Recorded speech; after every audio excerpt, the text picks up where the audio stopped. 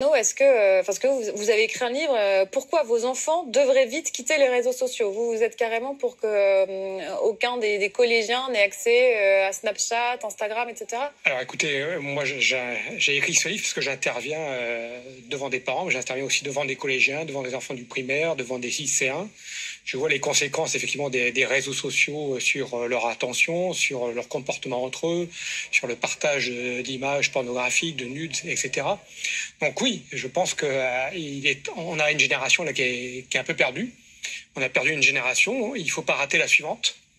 Il faut faire quelque chose pour les élèves qui sont actuellement au primaire puissent échapper à ça. Et ça veut dire quoi? Pas de portable? Comment vraiment concrètement c'est possible? Alors, le portable a une utilité. Hein. Je ne vais pas vous cacher que moi j'utilise mon portable, mais je crois qu'effectivement les réseaux sociaux, lorsqu'ils sont ouverts aux enfants, peuvent être extrêmement nocifs. Hein.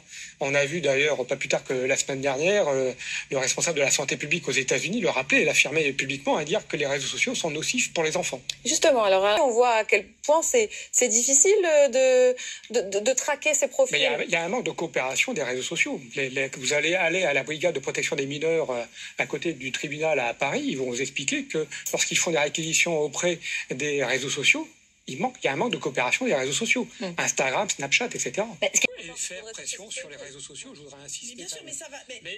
Il y a un autre rôle des réseaux sociaux qu'on sous-estime, je pense, c'est que une fois qu'un élève a été harcelé et qu'effectivement malheureusement, il peut avoir des tendances suicidaires, il va commencer à faire des recherches sur le suicide sur les réseaux sociaux, et là, il va tomber dans un trou, dans un entonnoir. Donc les réseaux sociaux, les algorithmes des réseaux sociaux vont l'enfermer dans une spirale de contenu dédié au suicide, et ça va rajouter au premier effet du harcèlement. Donc je pense qu'il y a vraiment quelque chose à faire.